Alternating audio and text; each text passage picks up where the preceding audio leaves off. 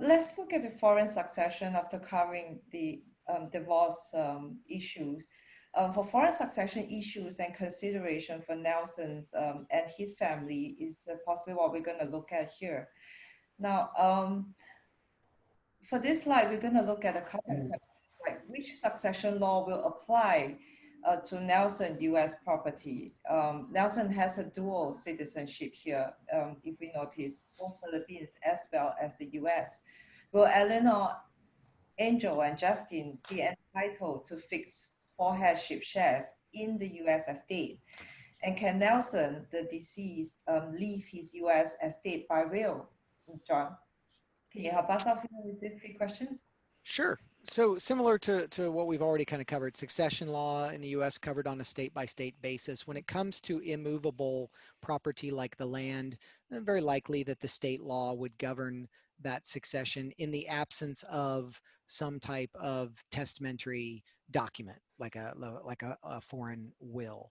On the immovable property, maybe less likely, but still a possibility in the absence of some type of foreign document that's presented. As far as the heirs, as I mentioned, no forced heirship in the US, although from a statutory perspective, spouses tend to be the ones who do get protected when there is a law, not children.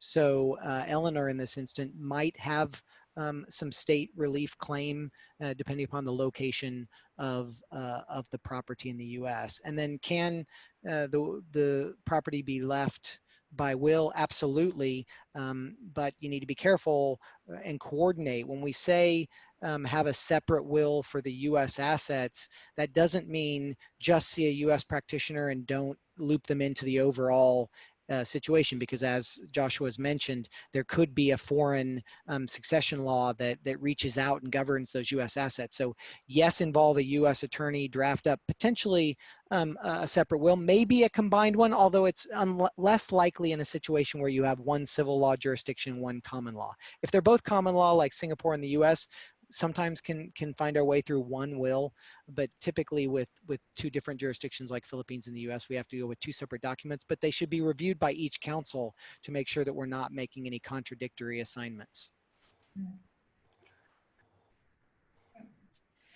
Okay, so for the next slide, so which succession law will apply then to the Philippines company shares?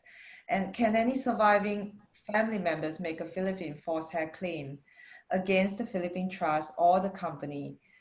And also, will there be estate tax liability in the US or the Philippines or both? So Joshua, can you help us out with these three questions? Yes. So for the succession law, in the eyes of Philippine law, Nelson continues to be a Philippine citizen, having acquired dual citizenship. So in the eyes of Philippine law, Philippine succession law still governs him.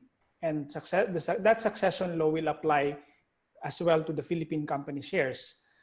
So having said that, any family member or a forced heir or compulsory heir of Nelson can stake that claim against the Philippine Trust or the Philippine company shares on the basis that they are if a compulsory or forced heir and are entitled to legitimes under Philippine Civil Code. And the estate liability, the tax. Yeah, for the last. Yes, for the estate and tax liability, the answer for that would be Nelson in this case, since he is still considered as a Philippine citizen under Philippine law. So he will be liable for estate tax for all of his properties, whether located here in the Philippines or abroad. Right. Yeah, and let me chime in from a U.S. perspective there. As a citizen, as I mentioned, U.S. citizens are considered to be domiciled in the U.S. regardless of where in the world they're living. So he would be subject to the U.S. estate tax on his worldwide holdings, not just the U.S. Assets. However, U.S. persons who are U.S. domiciled for estate tax purposes get a much higher exemption amount, currently 11.8 million. So you would look at the total assets that he held at his death. If they were less than 11.8 million, there wouldn't be a U.S. estate tax exposure. If it's more than 11.8 million, there would be, and then there wouldn't be a credit for the taxes paid in Philippines. So what we talked about earlier, you would pay the U.S. tax first, and then I think Joshua can confirm there would be a credit in the Philippines, and so you wouldn't end up with a double payment situation, but you got to sequence it correctly. Yes, that's correct, John. So definitely that procedure would work best for the heirs, for them to pay the estate taxes first in the US and then claim that as a credit under Philippine estate tax law. Okay. So can the surviving family members actually make false heir claim against the Singapore and the Hong Kong trust under the Philippine law? And what anti-false heir protections are provided under the Singapore and Hong Kong law? Maybe we can have Josh answering the first questions in terms of the Philippine law. Yes, so I think we've touched on this briefly during the first portion of the webinar. So as I said, Philippines being a civil law jurisdiction, we have the concept of forced heir and legitim forced share.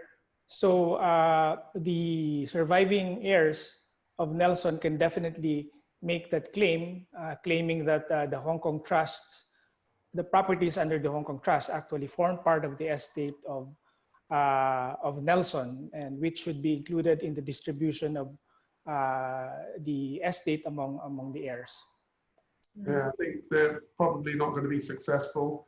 The trusts, the assets are held in the jurisdictions. So in Hong Kong and Singapore, their respective liquidity is held in the very same jurisdictions that have the anti-forced heir protections. So I think even if they were to launch those claims, they wouldn't be successful, and the local courts wouldn't recognize their rights to effectively claw back out of the trusts those particular assets.